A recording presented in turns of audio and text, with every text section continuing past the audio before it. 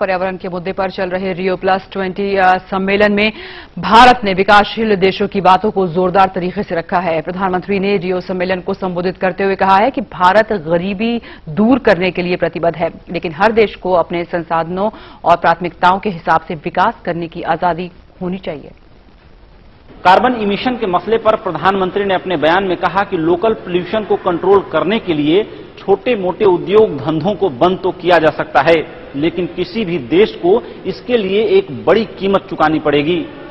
Sustainable development का मतलब है कि आम आदमी को रोटी, कपड़ा और मकान उपलब्ध हो सके, लेकिन अगर छोटे छोटे उद्योग धंधे बंद होंगे तो कोई भी सरकार अपने हाथ से ही अपने लोगों का गला घोंटना नहीं चाहेगी।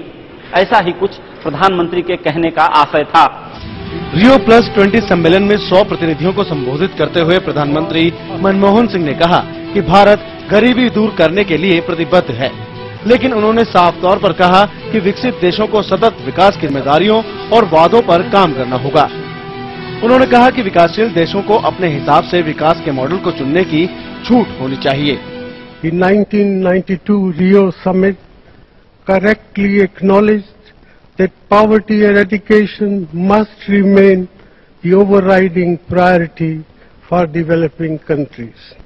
Those living at the subsistence level cannot bear the costs of adjustment, and their livelihood considerations are important in determining how scarce natural resources such as land, water and forests are used.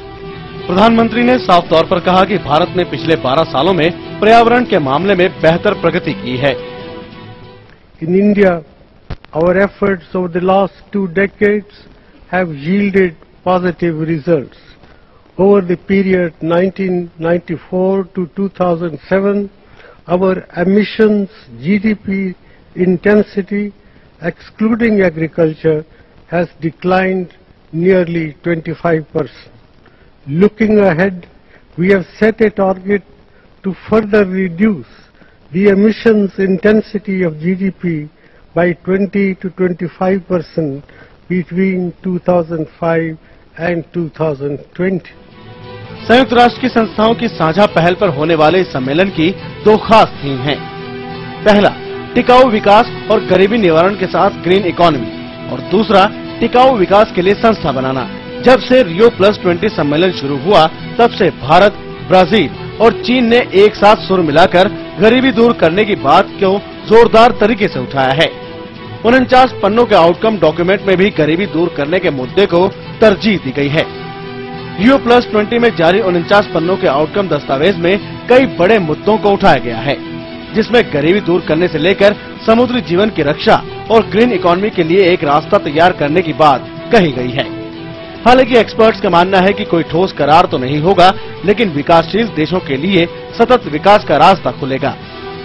इस समय समझौते या agreement की तो कोई संभावना नहीं है, परंतु ये जरूर है इस समिट में एक प्रकार से हमारे सामने रास्ता आ गया है कि हम सतत डेवलपमेंट कैसे कर सकते हैं। भारत सहित विकासशील देशों ने कार्बन उत्सर्जन के मामले पर विकसित देशों के एक तरफा फैसलों के प्रति आगाह किया है। कार्बन मानक के नाम पर व्यापार में किसी तरह की रुकावट को गलत माना है।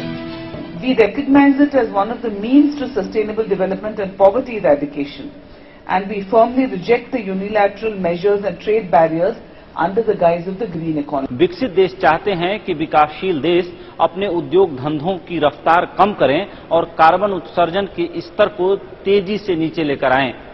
वहीं विकसित देश विकासशील देशों को ना तो आर्थिक सहयोग देने के लिए तैयार हैं और ना ही तकनीकी सहयोग। ऐसे में विकासशील देशों का कहना है कि वो एक तरफा सहयोग कितना करें। Rio+20 सम्मेलन में ये बात तो तय है कि कार्बन उत्सर्जन में कटौती के साथ सतत विकास करना है।